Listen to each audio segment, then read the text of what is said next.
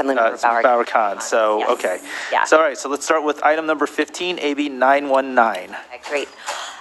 Chaired members, before I begin my presentation, I would like to accept the amendments outlined in the committee analysis. Thank you to the chair and to staff for your assistance on moving this bill forward.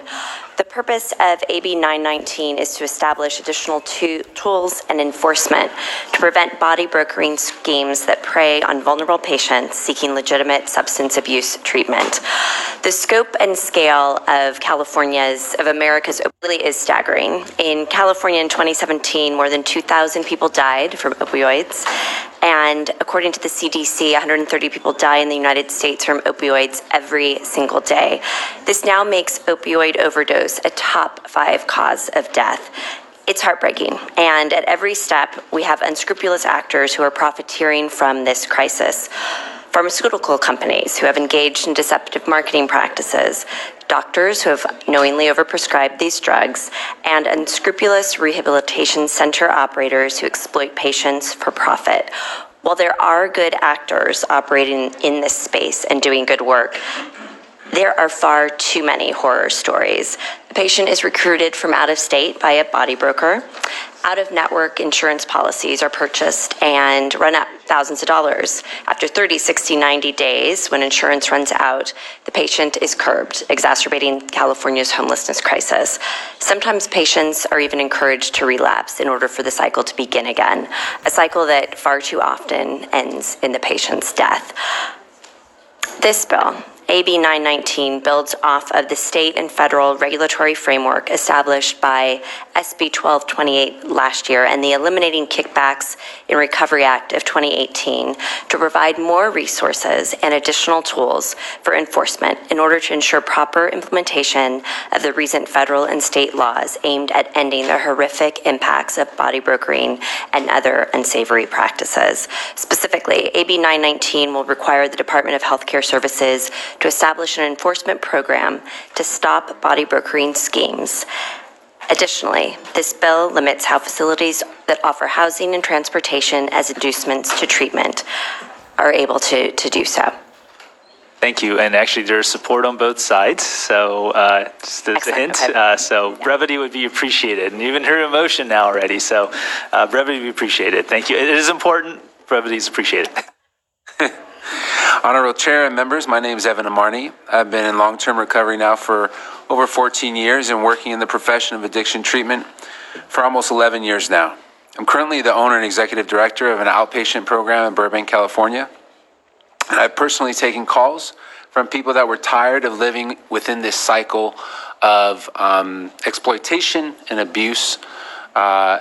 One individual that comes to mind had been sober for 5 months and had a job and was told that he needed to continue to go to intensive outpatient treatment in order to keep his housing. He didn't qualify for intensive outpatient treatment anymore. He didn't meet medical criteria. And so there's other examples that I can speak of. I've also taken calls from from people that were going to their treatment centers and getting treatment for their life-threatening disease of addiction, but because their insurance would not permit them to remain in treatment, were turned out into the streets, increasing our homeless population, as we note in California. These people are being given free housing in coordination with them being in intensive outpatient programs, and many of them will be told, encouraged, and even given the means to relapse in order to continue in their treatment once insurance stops authorizing, allowing them to remain in recovery residences or sober living homes. Some make it back and others don't. These homes are ridden with people who are still using and allowed to use. And for someone seeking recovery, it paints a really dim picture not only of recovery, but the treatment community. This overarching cloud has created a lot of distrust of our profession. People who are at the most vulnerable stage reached out and were told, we'll fly you out and everything will be taken care of. Once again, end up homeless, still using their drug of choice and even dying. Many of these people choose California because we are forward thinkers, we are innovative in our treatment approach. And why not? AB 919 will end these practices while protecting legitimate treatment providers who wish to help people find housing or gain access to treatment in fair and transparent ways that do not replace clinical judgment with profit motive. I thank Assemblywoman Petrie Norris for her willingness to address this form of patient brokering and ask for your aye vote.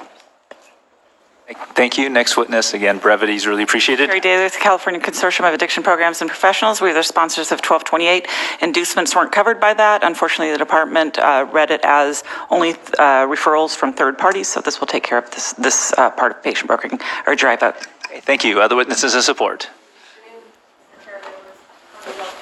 Microphone? On behalf of the County Behavioral Health Directors Association and the California Society of Addiction Medicine, pleased to be in support. Kelly Beam on behalf of the California Medical Association in support. Thank you. Cyrus Devers Association of California Cities, Orange County. We apologize for not getting our support letter in, but this is a critical issue in Orange County. We thank the author. Thank you. Nicole Wortelman on behalf of the Orange County Board of Supervisors in support. Thank you. All right, and seeing no other witnesses in support, witnesses in opposition? Seeing no witnesses in opposition? It's been moved actually by Senator Stone. No questions. Thank you so much for bringing this bill forward. Would you like to close? Thank you. With that, I respectfully ask for your aye vote. Okay, the bill's been moved by Senator Stone. The motions do pass as amended. Refer to the Committee on Appropriations. Secretary, please call the roll. Pan? Aye. Pan, aye. Stone? Stone, aye. Gonzalez? Aye. Gonzalez, aye. Grove? Hurtado? Leyva? Mitchell? Aye. Mitchell, aye. Monning? Aye. Monning, aye. Rubio? Okay, that bill is currently 5-0. You have 5 votes. That's enough to get it out, but hold the roll open for absent members. Okay.